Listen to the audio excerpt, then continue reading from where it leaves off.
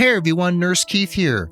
I'm here to share some exciting information with you that I have a new podcast out and it is ready for your listening pleasure. It's called 21st Century Nursing. It's a new podcast brought to you by a partnership between me and Aspen University, a school that I've collaborated with over the years. It focuses on the forces shaping the evolution of our noble profession, as well as change makers and trailblazers and troublemakers and innovative people who are doing awesome stuff to propel our profession into the future.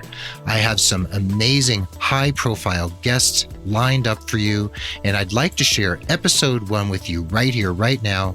It's with Dr. Bonnie Clipper, the #1 nurse influencer on LinkedIn. She's a nurse futurist, a nurse visionary, and Bonnie waxes poetic about how nurses can leverage new technologies, including virtual reality and mixed reality and augmented reality, to advance their careers. Lots of other guests are coming, and I can't wait to get your feedback on 21st Century Nursing. Please subscribe on whatever app you use, rate and review the show. As soon as you give it a listen, give me a thumbs up, thumbs down, however many stars you would like. Let us know what you think of 21st Century Nursing. Share in my excitement, and I hope you enjoy episode 1 with Dr. Bonnie Clipper. Welcome to season 1 of 21st Century Nursing and Aspen University podcast with your host, Nurse Keith. 21st Century Nursing focuses on the forces shaping the evolution of nursing, how to create an amazing career, as well as the change makers, trailblazers, and innovators who are propelling the profession into the future. Our high-profile guests are expert nurses and nursing leaders doing important and meaningful work in the world, and we deliver stories, inspiration, and career advice for pre-nursing students, active nursing students, and seasoned nurses seeking fresh ideas and a new view of what nurses and the nursing profession are capable of. If you're proud to be a member of the most trusted profession in the United States, or you're looking forward to joining our ranks, then this podcast belongs right between your ears. If you're ready to broaden your definition of nursing in the new millennium and learn strategies and skills to empower and uplift your career, let's dive right in. And today's guest is my friend and colleague, Dr. Bonnie Clipper, a nurse futurist, international speaker, and a nationally recognized thought leader in building cultures of innovation. And Bonnie, it's so good to have you here in our inaugural episode. Thanks for being here. Keith, I am so excited to be on the #1 first podcast that you're doing for this series. This is amazing. Thank you. Thank you. Yeah, and Aspen University is excited too. And, you've been on my podcast several times, the Nurse Keith Show, and I'm always fascinated by what you have to say. And I follow you on LinkedIn because you're a top influencer there and you have a lot to share and people listen to what Bonnie Clipper says.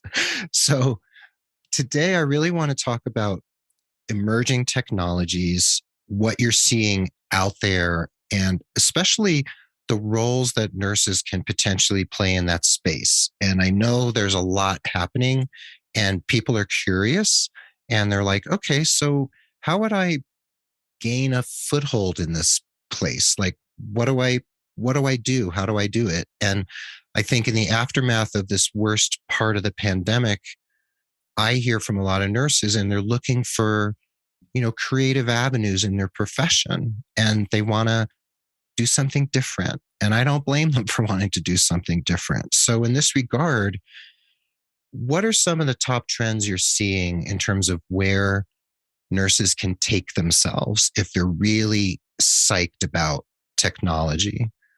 Great question, Keith.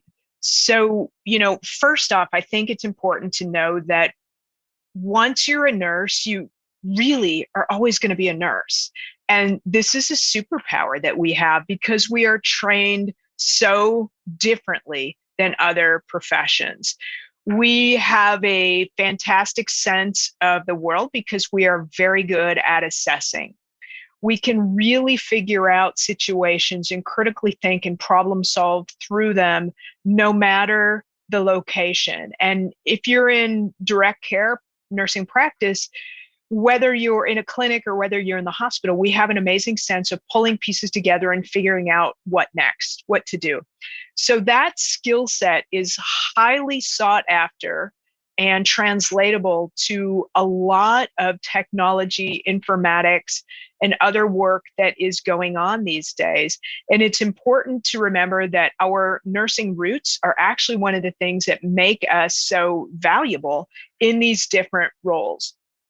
So I think it is important for everyone, all listeners, all of us to remember that that really it has a street value that people that are not nurses don't understand. And that really does allow us to contribute in a very different way.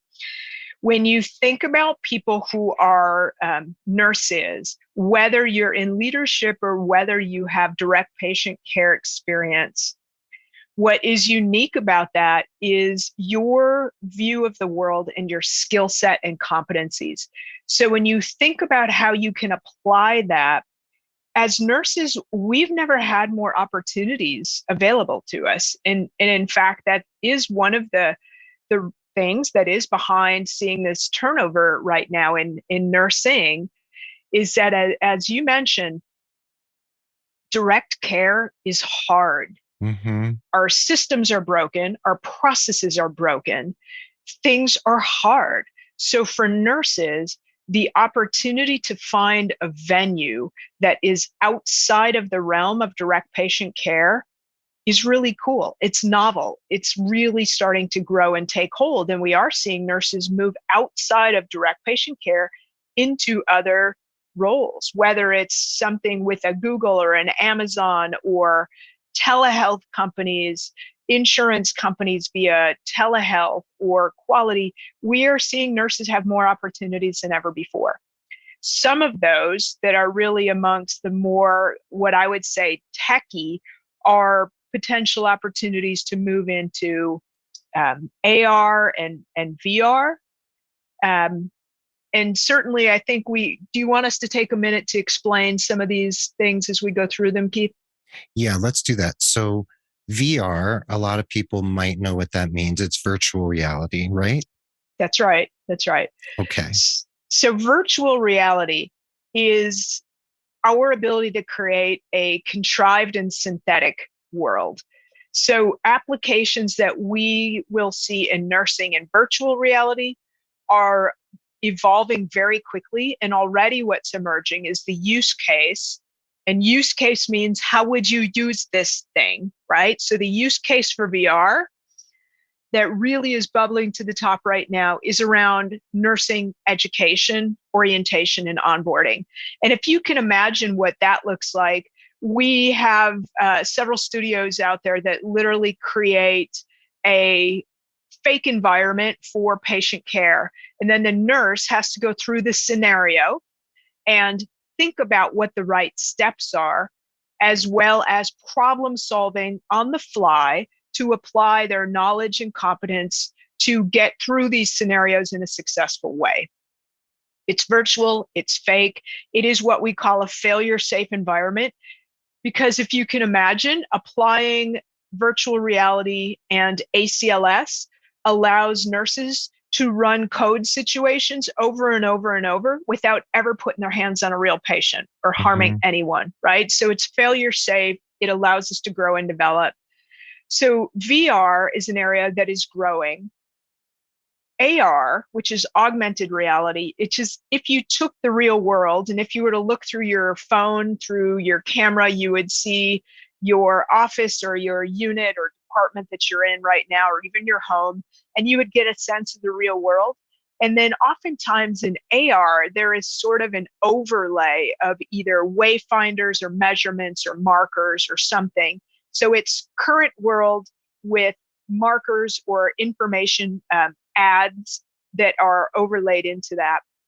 Again, the same thing holds true for nurses, in that if we were to apply AR and VR, and I'm going to confuse everyone by saying if you mix these two things, they are typically called MR, mixed reality. Mm-hmm. The opportunity for nurses is to work with some of these new companies to help add reality and make sure that the scenarios are true to form, not that they're cartoony or a comedy of errors, if you will, but rather very much true to the real world. And I would give you a comparison here. The comparison is very often what you would see in movies when they hire a nurse or a physician to make sure that the actions of the nurse or the actions of the physician are real world things. They're not completely out of left field.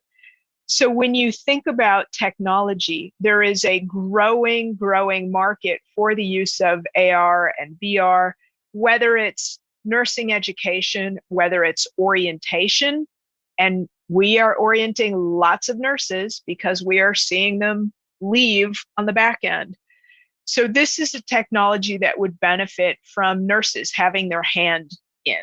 Mm-hmm.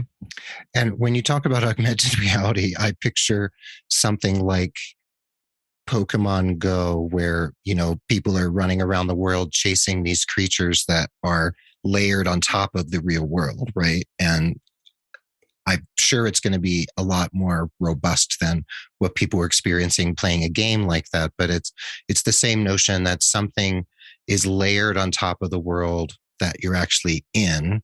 And you were saying like markers or other types of, I don't know what they would be, enhancements to the real world that will help you do your job, right? And you are spot on. Pokemon Go is actually the best example of AR. Oh, so cool. Okay, I wasn't too far off. Thank you. No, you're spot on, Pete. Brilliant. So if you play Pokemon Go, that is AR. So it takes into consideration your current world because you look through the camera and then you see a Powerball or a Pokemon or a Pikachu go by. That is AR. So it supplements your real world. So it augments reality. That's what AR is. And then VR is contrived. When we blend them, it's mixed reality. And again, nurses, so much we can bring to that, whether it's the design, the development, the testing. Nurses quite often are left out of technology development. And this is where we have the opportunity to infuse more of ourselves. Mm-hmm. And what I hear someone out there listening, thinking to themselves, or they're yelling at the screen because they're like, or the phone, because they want us to answer a question. They're saying, okay, so do I need to get a master's degree in innovation technology? Do I need to pursue a PhD so that I look attractive to an employer who's in the tech field? Or can my bachelor's degree or master's in nursing suffice? And are there actual jobs that I could apply for and I could learn this stuff on the go? So, brilliant point, because so much of this is literally evolving daily. First thing you do when you're interested in something like this is do not look for jobs that say nurse. Okay. There aren't jobs that say nurse, right? Yet. So instead, you have to look under tech listings, right? Now, if you are a coder, that's a coder skill set. And what's going to differentiate you is the fact that you are a nurse. If you're an engineer, that is your competence. And the fact that you may also be a nurse, brilliant, because now that gives you a very different view of the world. And people reach out to me on LinkedIn all the time. I did have someone reach out that is a nurse that did go for to become an engineer so that she actually could be much more involved with software platforms. Design, right? If you're a designer or a experience, UX, right? User experience designer, and you also have nursing as a background, that is a way to differentiate yourself, and it makes you incredibly valuable as you think about applying that skill set to companies that are creating products that they are going to utilize in healthcare. Okay, that's great. And if people are thinking, okay, well, coding, I don't know anything about coding, is that something that nurses interested in this particular world might want to consider, like taking a class or getting a certification? Or should they do their research first and see what these types of employers are looking for and then think, okay, now I'm going to mold myself in the image of what they're looking for? I think you can almost take some parallel processes. I think you can do some research, and there are some amazing free educational products out there to help you get a sense of, is this what I want to do? Before you jump into a complete program and say, I'm ready now to invest the time and resources into becoming a coder, becoming a developer, becoming an engineer. So some of this is good to get a sense of what that work looks like, to be sure that it's a good fit for your skills and what your career path is. Okay. Because we know there are master's degrees, we know there are doctoral programs in nursing informatics leadership, healthcare informatics, things like that. So those are options. Those are places people can decide to plunk down their money and blood, sweat, and tears if they want to pursue degrees or certifications. And you're saying that it's best to do the research, gather the data, do an assessment of the field out there, and find out what is really necessary. Because I don't want to encourage people to go out and spend money on things that maybe they don't need to in order to get a job like this. And there's robotics, there's AI, which is everywhere now. I mean, when you talk to Siri on your phone, that's AI. And then there's something you introduced me to, which is predictive analytics and natural language processing. So are those things we're going to start seeing, or are you already seeing it out there in terms of nurses' career options and what might be coming? Yeah, those things are already out there. So we've been using AI in healthcare now for several years, and it continues to grow in terms of the value it brings to us. And we're starting to focus on the value it brings to us in nursing practice, right? That's not really a conversation we've had very robustly. We are starting to look at that. I actually was just on a call before this one, and it is a hot topic right now amongst informaticians, Mm-hmm. to really understand the data, the depth of the data, how to use big data and analytics to inform some of these AI and predictive analytics models.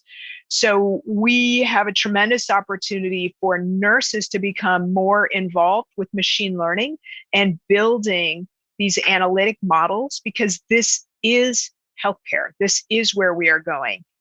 So, as many of us know, AI is going to help us customize care. We hear about some of these really amazing outcomes that we're seeing in oncology. I read an article yesterday, and it was around rectal cancer, and it had talked about, there was a very small controlled study, and it was around some genomics work. And essentially, I'm not recalling the percentage, but the majority of patients in this study had a 100% cure rate based on this particular treatment.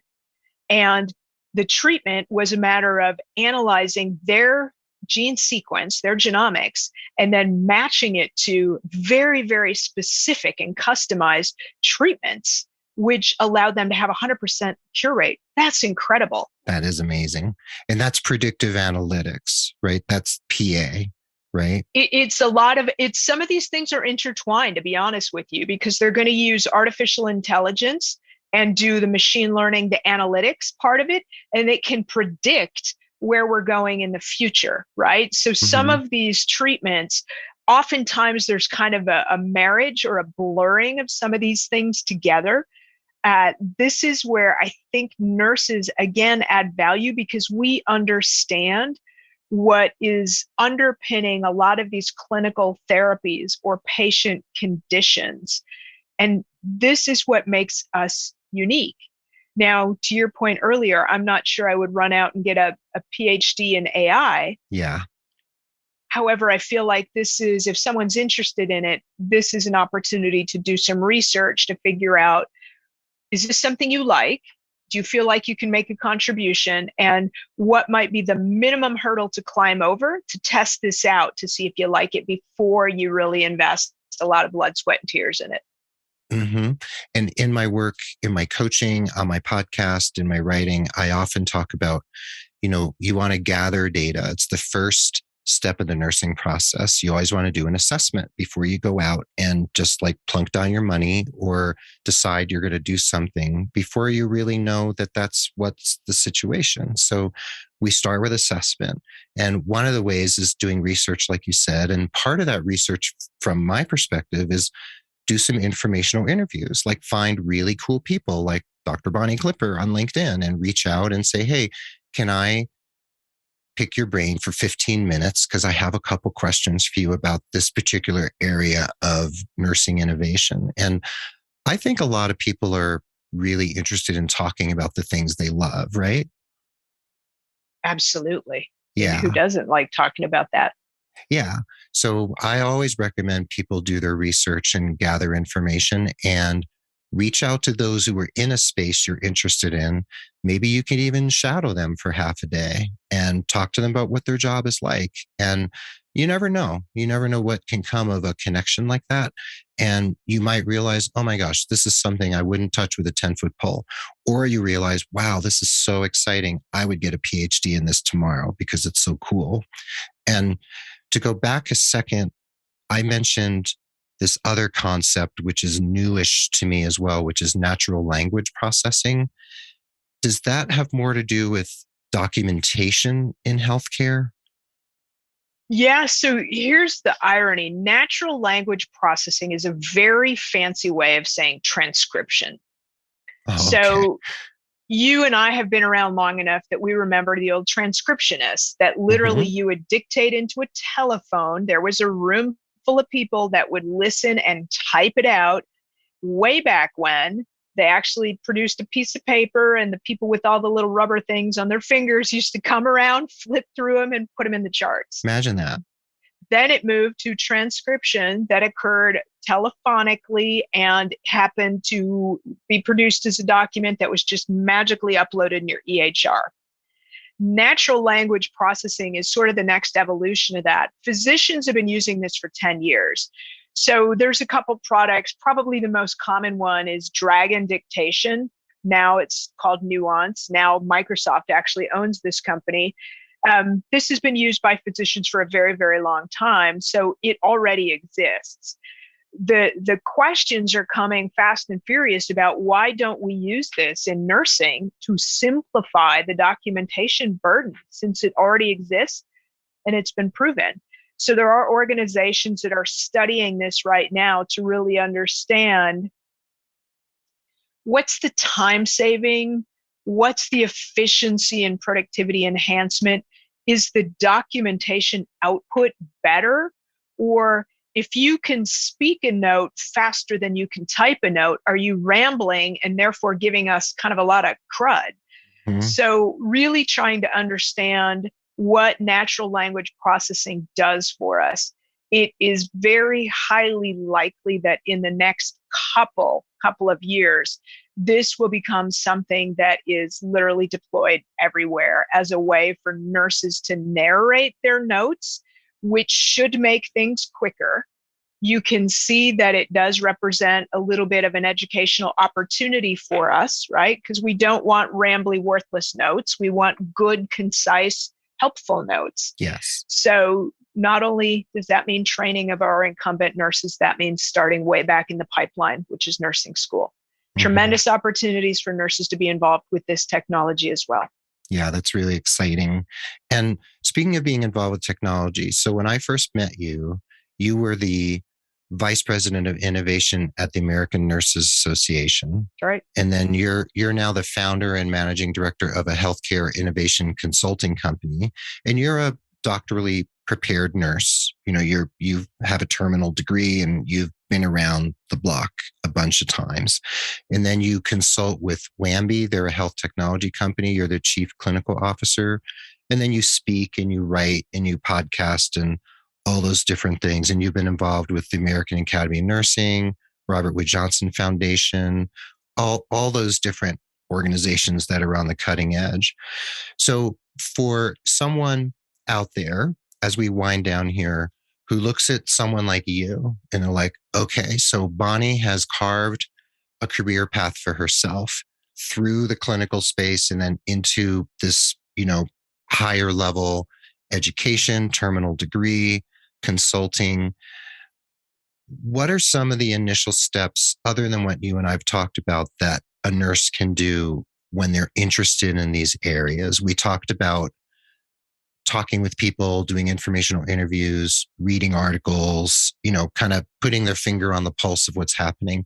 Are there any other like very specific steps you'd recommend someone take if this really piques their curiosity? Yeah, I think there's a couple things. Your listeners certainly are more than welcome to follow me on LinkedIn and let me know they're following me, that they're listeners of yours, because I can share back with them some of the things that I read and find value in. I also think it's important for us as nurses to not just talk to nurses. It's really important to lift your head up and look around at what's going on in the entire healthcare ecosystem. Talk to technology people, talk to physicians, talk to other disciplines, learn what's going on in other industries, because that's where we're going to find the change and transformation that we need to bring back into healthcare. I also think it's crazy important for people to find the table they want to sit at and figure out what is it going to take you to be at the table and have your voice heard. Whether that means getting a different degree, whether that means joining a different association, professional organization, learning content, learning knowledge, but you have to figure out how to share and make an impact.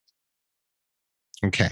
So to borrow a phrase from earlier, you're augmenting what we already shared, which is you're saying that you have to go a little deeper if you're really interested here. And there probably are some people at various points in their careers. We might have a pre-nursing student listening who's like, oh my gosh, right, I want to really hop on this. They might be 20 years old and they're totally into technology. They're digital natives, right? They were born with this technology and they're totally excited about seeing what they can do in healthcare and nursing in this regard. Or they might be someone closer to my age, in their 50s, who maybe have some facility with computers and tech, and they're not shy about, they don't feel like they're going to break the internet if they try something. And they want to see okay, so what could I do in these last 10 to 15 years of my career outside the clinical space where I could make a contribution, make a decent living, and do something fascinating. So it sounds like to me, and I think, I hope you would agree, that there's room for everyone along the kind of nursing lifespan if they wanted to dip their toe. Is that correct? Absolutely. Absolutely. Yeah. Because I think we all have a responsibility to create an ecosystem, not an echo chamber. Don't keep talking to who likes your ideas, right? You got to get out there and understand the good and the bad of your ideas and of other people's ideas. I love that. So we're all responsible for creating an ecosystem, not an echo chamber.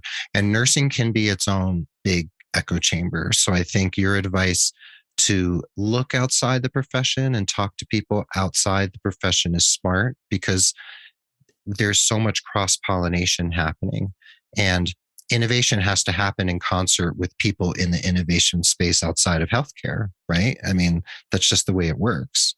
Absolutely. And there's tremendous opportunity that we have as nurses that no one else has. Mm-hmm. Well, thank you, Bonnie. And it's great to have you here for the inaugural episode of 21st Century Nursing. And it's always a privilege and an honor to talk with you. And we could do another hour and a half or 2 hours here, no sweat. But this is our first little salvo in terms of talking about these kind of innovations and what's happening out there. And I hope this just whetted the appetite of a couple people out there who were like, oh yeah, I want to learn more and I'm going to follow Bonnie on LinkedIn. So people will be able to find you on LinkedIn. There'll be some stuff in the show notes. And I can't thank you enough for taking the time. It's my honor. And keep doing the stuff you're doing, Keith. It's important to get the word out and to help nurses advance their careers. Thanks, Bonnie. Thank you so much. Thanks for tuning in to this first inaugural episode of 21st Century Nursing. We hope today's show moved the needle for you, even in some small way, and we hope that you'll keep coming back for more of this audio awesomeness that we have in store for you. If you'd like to do us a solid and leave a rating and review over on Apple Podcasts, Spotify, Google Podcasts, or anywhere else you listen, that would be amazing. And if you want to share the show with your friends and colleagues, we definitely appreciate that too. And if you have any suggestions or comments about the show, you can contact us through Aspen's social media feeds to give us a little feedback or even a pat on the back. Please see the show notes for information and resources related to this episode and information for how to find our esteemed guest, the amazing and inimitable Dr. Bonnie Clipper. Anyway, it's been great to be with you today, and we're sending our very best from the good folks at Aspen University, and also, of course, from yours truly, Nurse Keith, here in beautiful Santa Fe, New Mexico. And Bonnie Clipper, where are you calling in from? Austin, Texas. Beautiful Austin, Texas. Thank you, Bonnie. Take care of yourselves, everyone. Do good work in the world. Join us again right here on 21st Century Nursing from Aspen University.